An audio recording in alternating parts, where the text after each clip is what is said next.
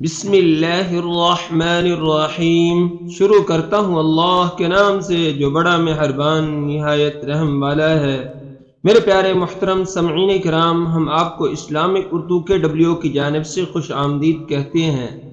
محترم سامعین کرام، آج کا موضوع رمضان المبارک کا استقبال کیسے کریں۔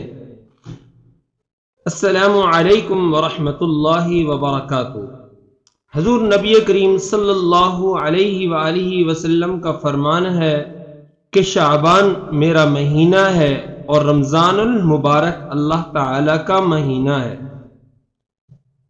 حضور صلی اللہ علیہ وآلہ وسلم شعبان کے مہینے میں اکثر روزے رکھا کرتے تھے۔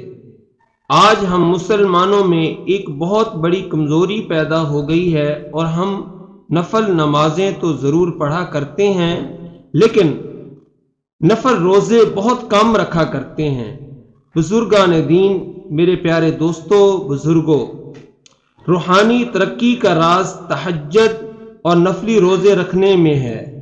اکثر اولیاء کرام فرماتے ہیں کہ ہم نے اللہ تعالی کی جو نعمتیں بھی حاصل کی ہیں وہ سب رات کے قیام اور دن کے روزے میں حاصل کی ہیں۔ انسان دو چیزیں یعنی جسم اور روح کا مرکب ہے۔ اللہ تعالی نے جہاں جسم کی ترقی، پرورش، ارتقاء کے لیے پانی، دودھ، سبزیاں، پھل، میوے وغیرہ پیدا کیے ہیں، وہاں روح کی تازگی اور پرورش کے لیے نماز، روزہ، ذکر اللہ اور دوسری عبادات کا حکم فرمایا ہے۔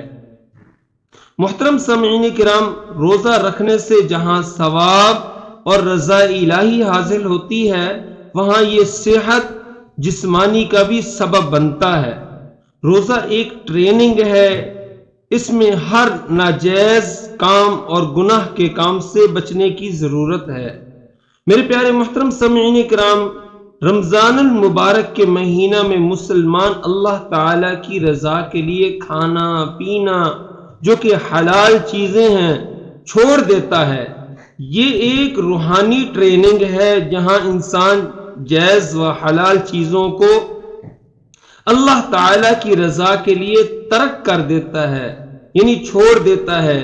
وہاں ناجائز و حرام چیزوں کے تو قریب تک نہیں بھٹکے گا۔ محترم سامعین کرام، رمضان المبارک کا مہینہ آ رہا ہے، قریب ہے۔ اس کے لیے ہمیں مکمل تیاری کرنی چاہیے۔ اور کیا کرنا چاہیے؟ ایک تو ہمیں پکا ارادہ کر لینا چاہیے کہ کوئی غلط کام نہیں کریں گے، گناہ کا کام نہیں کریں گے۔ یاد رکھیں کہ حرام خورد و نوش سے بالکل ہم بچیں، اور روزہ قبول نہیں ہوتا جب ہم حرام خورد و نوش کھاتے ہیں۔ محترم سامعین کرام، بلکہ الٹا عذاب و گناہ ہوتا ہے۔ ہمارا فرض ہے کہ ہم حرام خورد و نوش کو کم از کم اس مہینے میں بالکل ختم کر دیں، حلال کمائیں اور حلال کھائیں، روکھی سوکھی کھا کر گزارا کر لیں لیکن حرام کے قریب تک بالکل نہ بھٹکیں۔ حلال کھانے پینے میں برکت ہے، نورانیت ہے، اس سے عبادت کرنے میں لذت و لطف حاصل ہوتا ہے اور بارگاہ الہی میں عبادت قبول ہوتی ہے۔ محترم سامعین کرام، حضرت مولانا لاہوری رحمت اللہ علیہ حلال و حرام کی تمیز کے متعلق بہت زور فرمایا کرتے تھے، زور دیا کرتے تھے۔ کہتے تھے کہ وہ حرام مال تو کجا کسی بے نمازی کے ہاتھ کا پکا ہوا کھانا تک نہیں کھاتے تھے۔ محترم سامعین کرام، حضور علیہ السلام کا پاک ارشاد ہے کہ رمضان المبارک کا مہینہ اللہ تعالی کی رحمتوں اور برکتوں کا مہینہ ہے۔ اس میں شیطان جکڑ دیے جاتے ہیں، دوزخ کے دروازے بند کر دیے جاتے ہیں اور جنت کے دروازے کھول دیے جاتے ہیں۔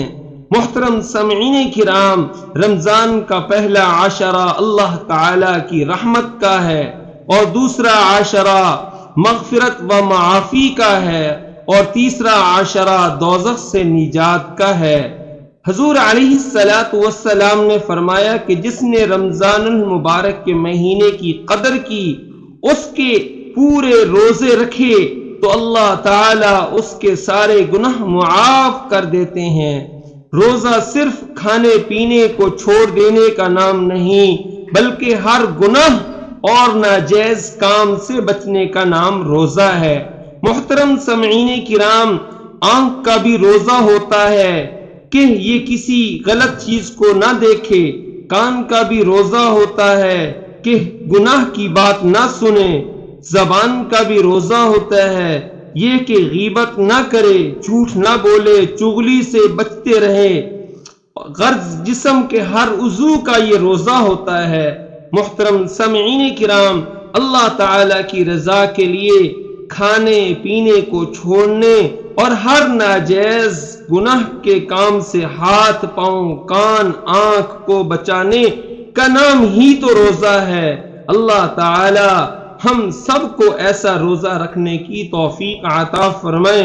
محترم سامعین کرام، حدیث شریف میں آتا ہے کہ حضور نبی کریم صلی اللہ علیہ وآلہ وسلم نے اللہ تعالی کی اس قدر عبادت و ریاضت فرماتے تھے کہ ایک مرتبہ حضرت عائشہ رضی اللہ تعالی عنہا نے عرض کی کہ یا رسول اللہ صلی اللہ علیہ وآلہ وسلم، آپ تو اللہ کے مقبول بندے ہیں، آپ کے سارے گناہ معاف کر دیے گئے ہیں، اگر کوئی ہیں تو آپ بالکل بخشائے ہیں، تو پھر آپ اللہ تعالی کی اتنی عبادت کیوں فرماتے ہیں؟ تو حضور صلی اللہ علیہ وآلہ وسلم نے فرمایا کہ اے عائشہ رضی اللہ تعالی عنہا، کیا میں اللہ تعالی کا شکر گزار بندہ نہ بنوں؟ ہمیں بھی حضور صلی اللہ علیہ وآلہ وسلم کے نقش قدم پر چلنا چاہیے، اللہ تعالی کا شکر بجا لانا چاہیے۔ میرے پیارے محترم سامعین کرام، ہماری زندگی کا مقصد ہی یہ ہے کہ ہم اللہ تعالی کی عبادت و شکر کریں۔ وقت فارغ ہے تو اس کا شکر یہ ہے کہ ذکر اللہ کریں، نوافل پڑھیں، تلاوت قرآن کی کثرت کریں۔ اللہ تعالی نے دولت دی ہے تو غرباء و مساکین کی امداد کریں اور زکوٰۃ و خیرات کریں۔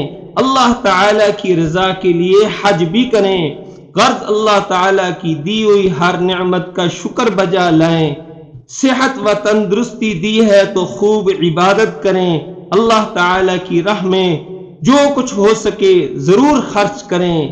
حضرت مولانا احمد علی لاہوری رحمت اللہ علیہ فرمایا کرتے تھے کہ اے ایمان کی بہت حفاظت کرنی چاہیے، قبر کی دیوار تک اس کا خطرہ ہوتا ہے، یعنی شیطان ہر وقت انسان کا دشمن ہے، زندگی کے آخری سانس تک شیطان انسان کا پیچھا کرتا ہے، شیطان مردود ہر وقت پیچھے میں لگا رہتا ہے۔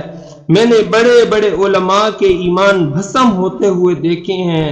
محترم سامعین کرام، ہر نیکی پر اللہ تعالی کا شکر ادا کریں، اس کو اللہ تعالی کا فضل جانیں، غرور اور تکبر نہ کریں۔ اگر کوئی گناہ ہو جائے تو فوراً بارگاہ الہی کی طرف رجوع کریں اور توبہ استغفار کریں، گڑ گڑا کر اللہ تعالی سے معافی مانگیں۔ معافی و مغفرت کا دروازہ ہر وقت کھلا ہوا ہے۔